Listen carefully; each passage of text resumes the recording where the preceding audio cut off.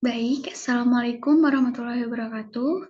Perkenalkan, nama saya Agnes Petrinoviana dengan NIM awal 21 dan NIM akhir 1155.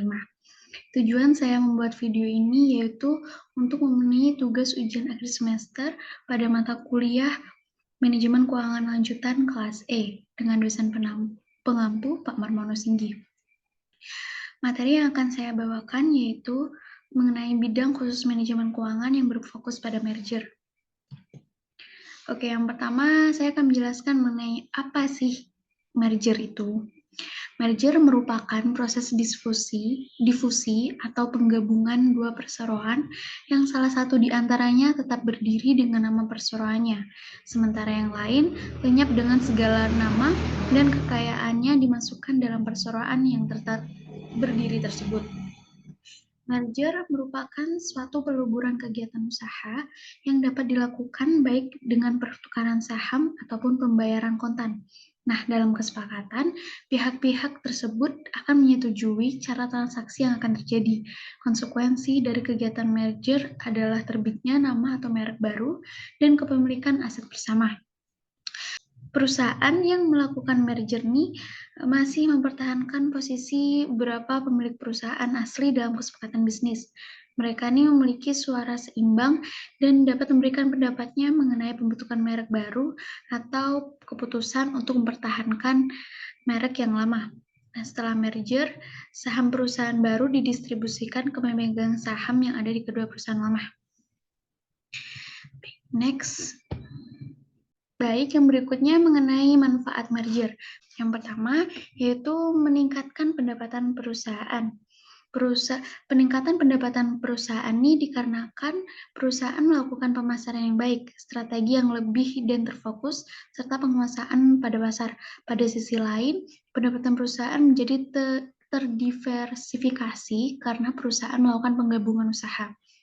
Lalu yang kedua, salah satu alasan mengapa perusahaan mau melakukan merger, karena perusahaan akan mengalami efisiensi dalam biaya operasi dibandingkan dengan dua perusahaan yang terpisah. Salah satu contoh penurunan biaya dapat dilakukan dengan melakukan pemasaran secara bersama untuk produk yang berbeda dibandingkan dengan dua perusahaan terpisah. Lalu yang ketiga, kapitalisasi pasar perusahaan mengalami peningkatan bila perusahaan melakukan merger. Nah, bila perusahaan berdiri sendiri, maka kapitalisasinya tidak mengalami peningkatan secara cepat dikarenakan pertumbuhan laba yang kecil. Tetapi dengan merger, maka kapitalisasi saham perusahaan lebih besar dikarenakan adanya harapan investor terhadap perusahaan yang akan mengalami peningkatan pendapatan sesuai dengan tujuan merger tersebut. Lalu yang keempat, adanya merger akan memberi peningkatan kualitas sumber daya manusia di perusahaan merger. Pegawai yang baik akan bekerja dan mentransfer pengetahuan kepada pegawai belum memahami. Artinya, antar pegawai akan saling memberi pengetahuan untuk meningkatkan kemajuan perusahaan. Nah, diskusi antar pegawai ini tentu akan terjadi karena mereka saling bertukar informasi untuk meningkatkan pengetahuan yang dimiliki. Lalu yang berikutnya mengenai beberapa alasan perusahaan melakukan penggabungan atau merger. Yang pertama ada pertumbuhan atau diversifikasi.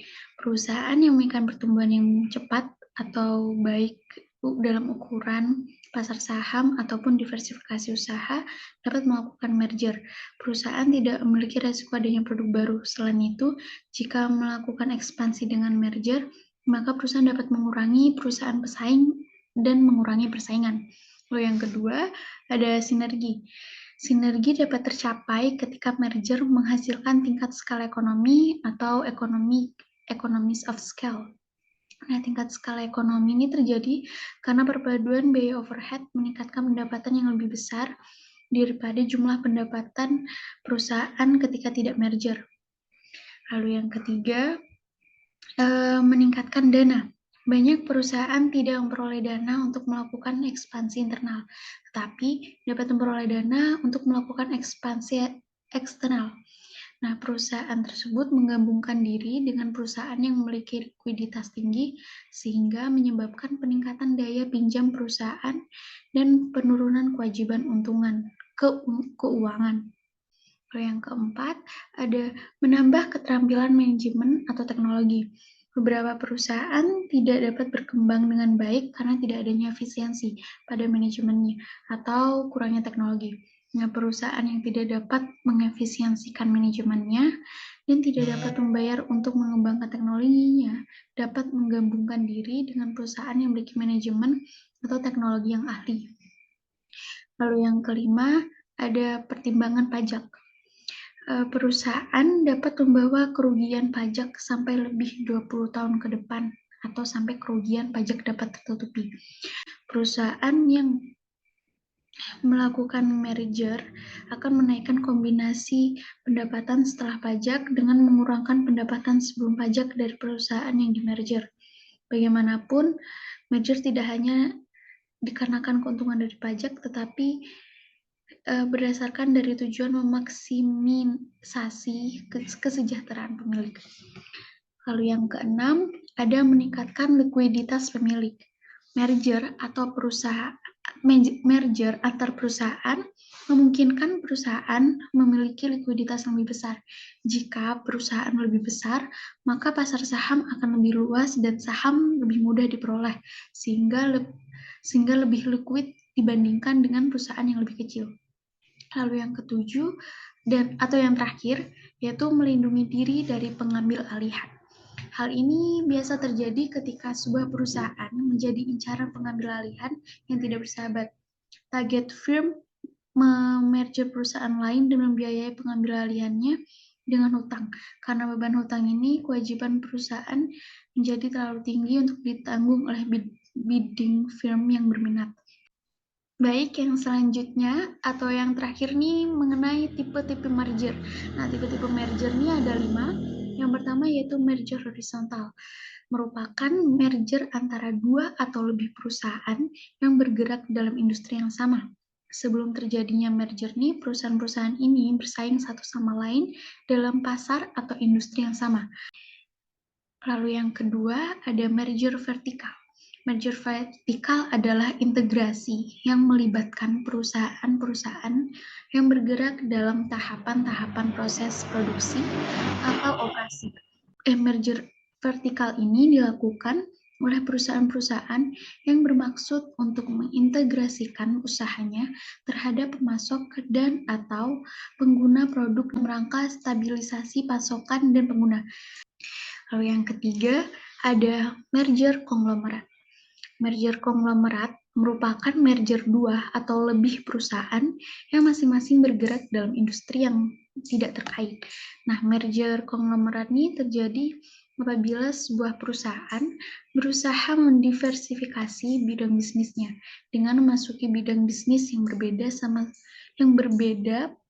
sama sekali dengan bisnis semula. Apabila merger konglomerat ini dilakukan secara terus-menerus oleh perusahaan, maka terbentuklah sebuah konglomerasi, yaitu sebuah bidang bisnis yang sangat beragam dalam industri yang berbeda. Lalu yang keempat, ada merger ekstensi pasar, yaitu merger yang dilakukan oleh 2 atau lebih perusahaan untuk secara bersama-sama memperluas area pasar. Nah, tujuan dari merger ekstensi pasar ini terutama untuk memperkuat jaringan pemasaran bagi produk masing-masing perusahaan. Lalu yang terakhir ada merger ekstensi produk. Merger ekstensi produk merupakan merger yang dilakukan oleh 2 atau lebih perusahaan untuk memperluas lini produk masing-masing perusahaan. Setelah merger, perusahaan akan menawarkan lebih banyak jenis dan lini produk sehingga akan menjangkau konsumen yang lebih luas. Merger